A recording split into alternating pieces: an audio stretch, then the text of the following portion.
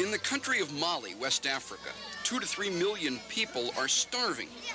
Most of the victims are children. Thousands have died.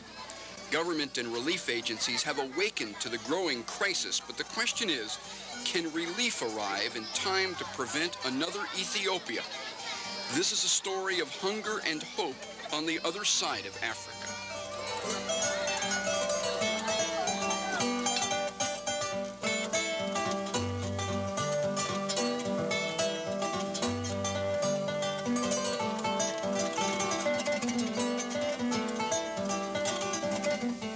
Playing the kora is an ancient skill, handed down from father to son, generation after generation. In Mali, many things are like the kora.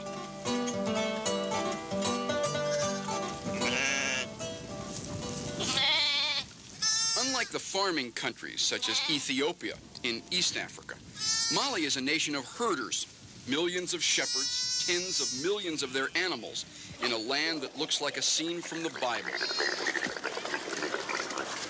Mali depends for its very existence on one simple thing, grass. Grass fed by rain, and now the rains have failed. Like several other West African nations, Mali lies in a near-desert region called the Sahel, south of the Great Sahara Desert. Problem is, the desert is growing. That means that this area here, which used to have a lot of grass growing, where animals could graze, no longer has grass, and the animals are gone. It means that a few miles that way, where they used to be able to grow grain that was fed by rainfall, the grain has died. And what it means ultimately is that people who used to be able to survive here, to make a life for themselves, to grow animals and to grow grass and to prosper, are in big trouble. This is what big trouble looks like. Near the city of Mopti, much further south than they usually travel, a clan of 250 nomads have taken what looks like their last stand. The children are filthy, painfully thin. Many adults are listless and apathetic. Quite simply, everyone is starving. The life's blood of the clan, its herd, has been wiped out. There are no sheep to sell, no cows to butcher, only a few small goats to milk and a few donkeys. Sid Mohammed Embark has taken his people through some tough times before, but never anything like the great drought of '84. When the rains failed, he explains, the grass died, and thousands of his animals starved. The rest were sold or killed. No animals means no money. The clan is broke. Only a small amount of grain remains. These people are Tuaregs, proud desert nomads once. They're now drained and depressed. Sid Mohammed is feverish. He doesn't know why. Many of the children are also ill, weakened by malnutrition, and exposed for the first time to diseases of the city.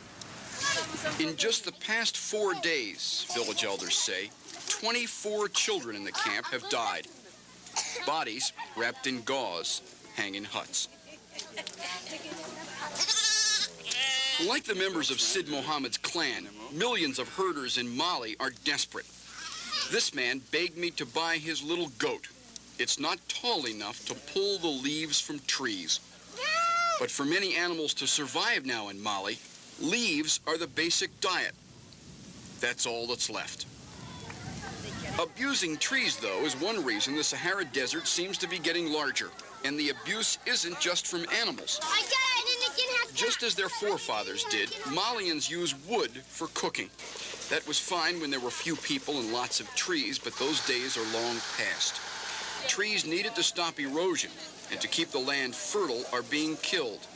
And that's helping to kill Mali's people. 2 young women from the U.S. Peace Corps are trying to help. There's definitely a relation between the amount of forest cover and rainfall. The crops aren't doing well. People are going hungry. A lot of people are leaving. Liz Galley from Washington, D.C. and Montana, and Barbara Smith from Kentucky are trying to get Malians to plant and water more trees, but it's not easy. They're cutting trees right now because they have to, unfortunately. They have to cook their food and they have to feed their animals, and that's just the way it is, basically. A few miles away from the American Tree Project, men pull their canoes along a pitifully low River Niger. Molly is too poor to irrigate her land, and this year the river never flooded the rice paddies. The crop is a disaster, and grain merchant Emmanuel Kayode is concerned. No rain, and the river not full, because when the river does not flow into the rice farm, you see, we have short of food. That's what is happening. Here in the marketplace in Mopti, there is some grain available, like this rice, but since the local rice crop has nearly failed, most of this grain has to be imported. These bags of rice are from China. That means the rice is very expensive, beyond the reach of many people who live here. Mali is suffering from the African arithmetic of starvation. Mopti Market didn't used to be this crowded. Every year, the population is increasing by 2.5% or more. But Mali can't produce food fast enough to keep up with its swelling population. Just a few pounds of rice a day could keep a family alive indefinitely, but there's not enough rice. And less than a mile from Mopti Market, children like this boy, who know nothing about how the desert is growing, or what happens when you cut down trees, or how much imported grain costs. Children like this know one thing. This year, right now, they're starving.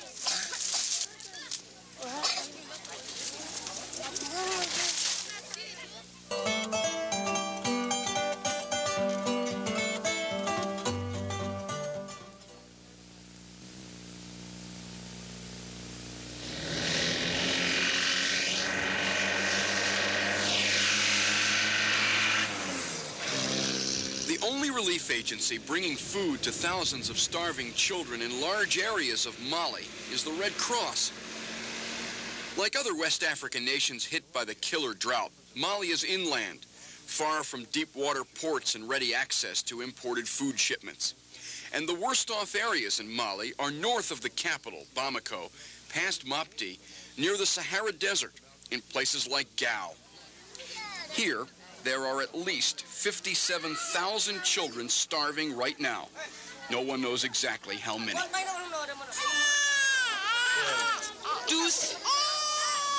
Regina Munch, born in Germany, trained in the USA, now working for the Red Cross, is trying almost single-handedly to save those children's lives.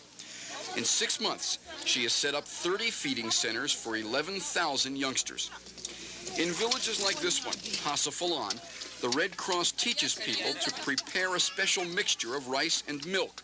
Why is it important that this be prepared in the pots that people are used to, with the type of food that they're used to eating? Because we don't want to change their traditional culture. So what we do, the only thing what we introduce is the special food we have. But it's also the rice, which is the most eaten here in this area. And the only thing that we introduce, which is new for them, is the preparation of the milk powder with oil and sugar. Yes. Getting the food to Gao isn't the hardest part. Much of the money comes from Americans. What's tougher is designing a way to distribute the food to the kids who really need it.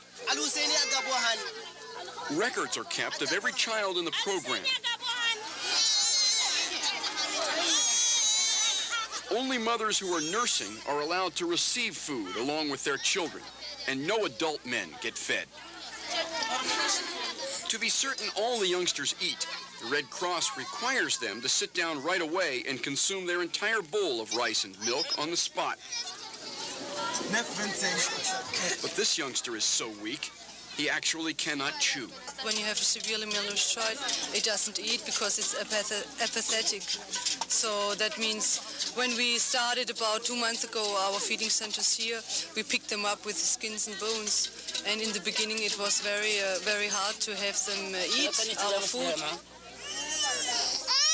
Regina uses a simple technique to determine which kids are improving and which are not. She measures their upper arms. The bigger, the better. I think he might be sick because all the children, they increased, but not him. He has a decrease. He decreased. All the other children, they are better. Regina Munch and the rest of the Red Cross team in Gao are encouraged. Many dying children are being saved. But Regina knows that malnutrition takes its toll even on those who survive. You have, in the development of a child, when it's severely malnourished, in the first year of life, it's hard to bring him back to 100%. Trying to stay ahead of famine in Mali is becoming nearly impossible. For every child the Red Cross can feed, dozens are going hungry. And for hundreds of thousands of children in the drought-struck regions, getting enough food to avoid starvation is only half the battle. Like the little boy losing weight at the Red Cross Center, many children are sick.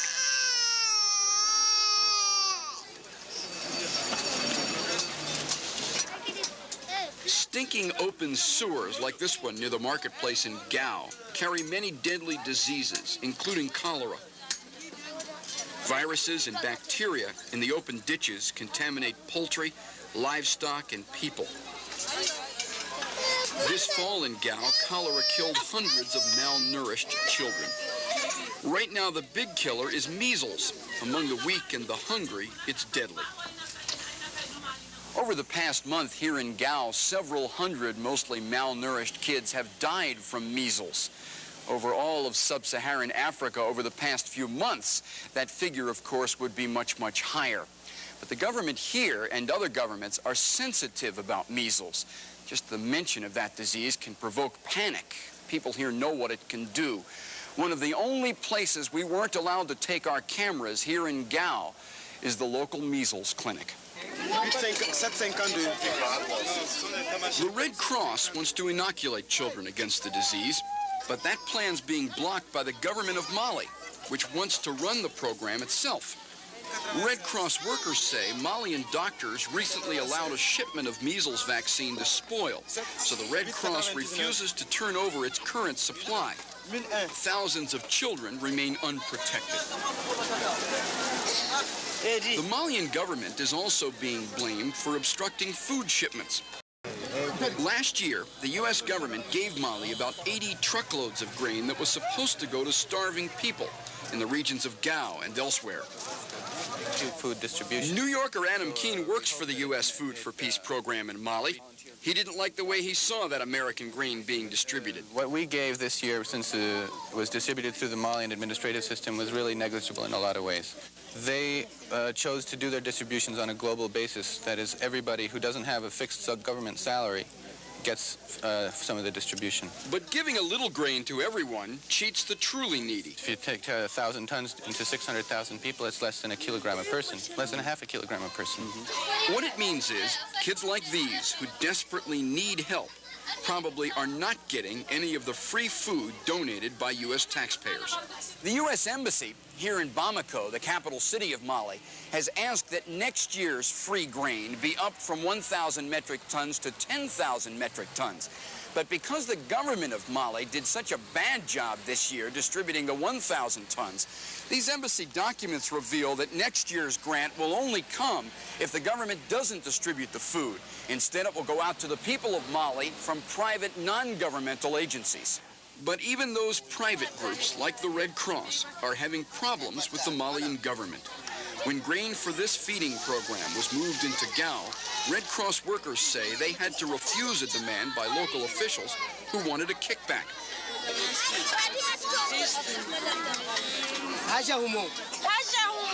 Red Cross team leader Regina Munch says she will pull out of Gao before she will pay anybody for the right to feed starving children.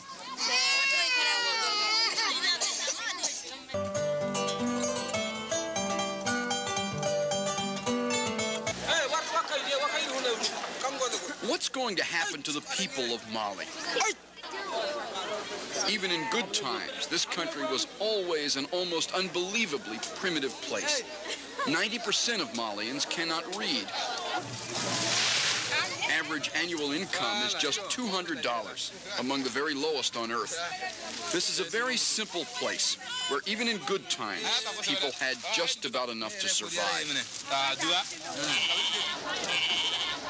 Then came the infamous African drought of 1973, the effects of which are still evident. Herds and farms were still trying to recover when this year's even more profound drought struck. Now food supplies are strained to the limit, with no chance for a new crop until next fall. Many of the malnourished, especially the very young and the very old, are falling ill.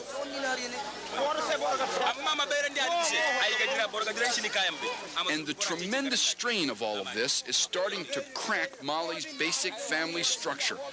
The kids are bearing the load as families disintegrate. Speak English. Okay. 11-year-old Mohammed al-Slali is the son of Tuareg herders. Since the drought struck, all of his family's animals died, and Mohammed, dressed in rags, is alone in the city of Gao. And my mother and my father, they are in Nigeria now. So this town is not excellent. For you? Yes. Did your mother and father go to Nigeria to work?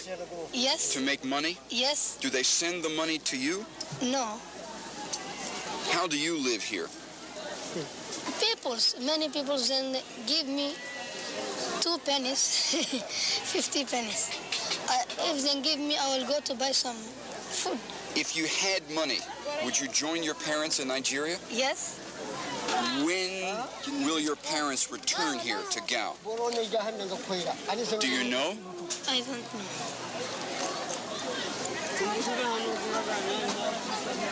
Okay. Thank you. There are more and more children like Mohammed in Mali. Hundreds of them try to get what few cents they can by selling virtually anything they can get their hands on. No one really knows who the needy are in Mali. No social workers check up on families in need.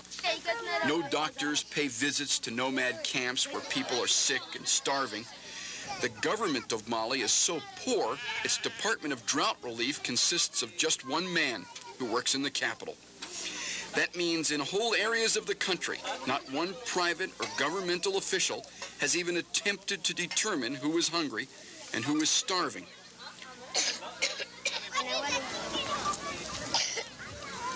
Away from population centers, there are entire villages suffering with no one to turn to for help. These people simply have no means left to buy food, and they're the ones that need free distributions. Peter Bisecchia works for the U.S. Food for Peace program, trying to get American grain to people who need something to eat. Actually, this year I'm pretty pessimistic. The situation is getting more and more serious, so it looks like Malians are at the bottom of a cycle, and the need for free food assistance is urgent. But there's only so much America will do. Mali's people will need 481,000 metric tons of grain to get through the coming dry season. The USA is providing about 6% of that critical food. Robert J. Rosenthal from New York says there's a political reason why America doesn't help more. Rosenthal's an African correspondent for a chain of U.S. newspapers, a job which teaches him the United States is more interested in the east side of Africa than in the west. Ethiopia, politically with the Marxist government, America would like to get a stronger foothold there. Mali is not really in America's sphere of influence. It's much more French. It's a former French colony. So in that sense, things in a long term here, I think, could be a lot worse. And the public awareness worldwide is not as great here. And from what we've seen the last week, a lot of, really, thousands of people can start dying here very fast because of the severity of the climate. In just a few months, the temperature here will rise to over 120 degrees. It's likely the death rate from famine and disease will rise rapidly too, as living conditions turn harsher and water becomes even scarcer.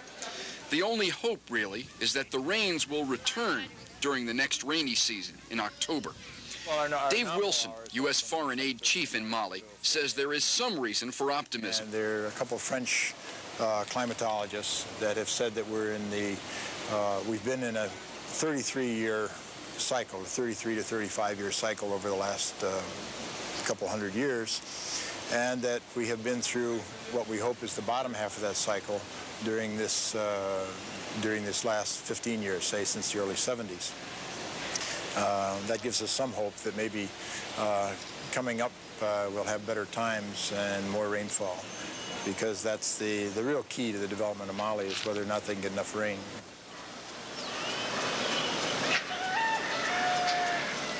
If the rains do return, the question becomes, what irreparable changes to the environment have already occurred during the current drought? When the rain does fall, it runs off in flash floods. British environmentalist John Tinker says the damage being done now to Mali's grazing and farmland is sowing the seeds for more famine in the future. The land has been so degraded and so damaged that it's going to take a number of decades to put it back where it should be. And during that period, I would guess there are going to be more famines, yeah.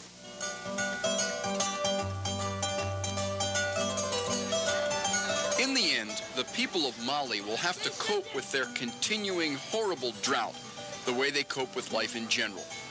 They will look to themselves, to their families, and to the land. For most, that is all they have.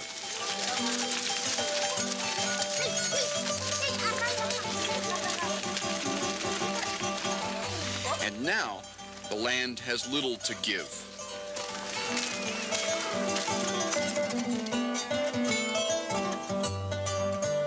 In this ancient land, so unused to change, some things may never be the way they used to be.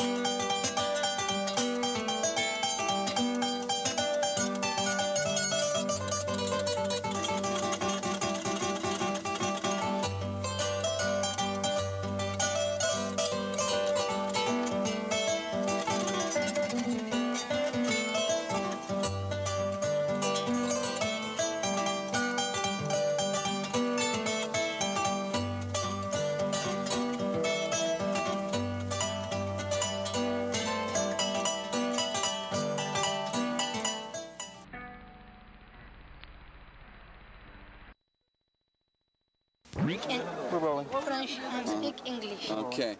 Okay. Your name is Mohammed? Yes. And your last name? Your surname? Mohammed. And your other name? Sally. Sally? Yes. Mohammed Sally.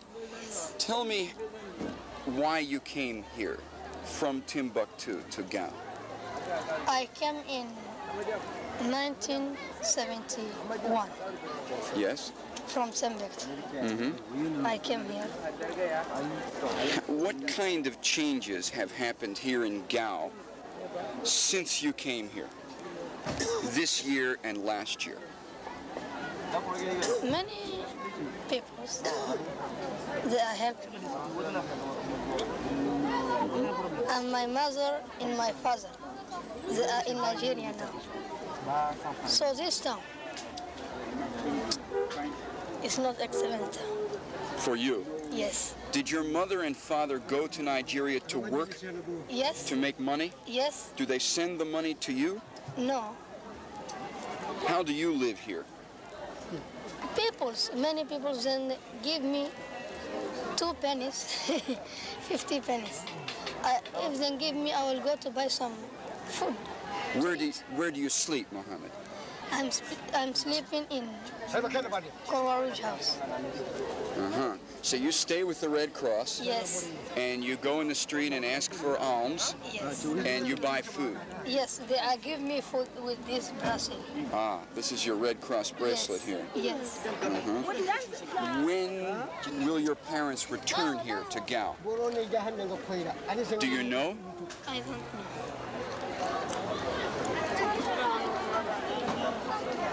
Okay. Thank you. Stay here. Yes. And let's... No, I don't have anybody. You're alone? Yes. So... And before the drought, what did your parents do, your mother and your father? When your parents went, you could have gone with them, couldn't you? Yes. Why did you stay here? So I'm staying here, but if I get something, I will go to my mother. But I don't have anything. Somebody will not give me anything. to go join your parents. Yeah. Did I just ruin your cutaway? Sorry.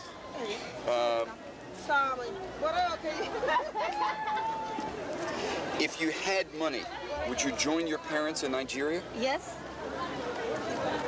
But there's nothing for you to do here, no work? Yes, no work, no anything.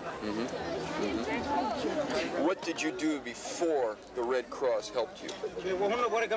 I tell them I don't have anybody in this country. My mother and my father is in Nigeria. Okay, then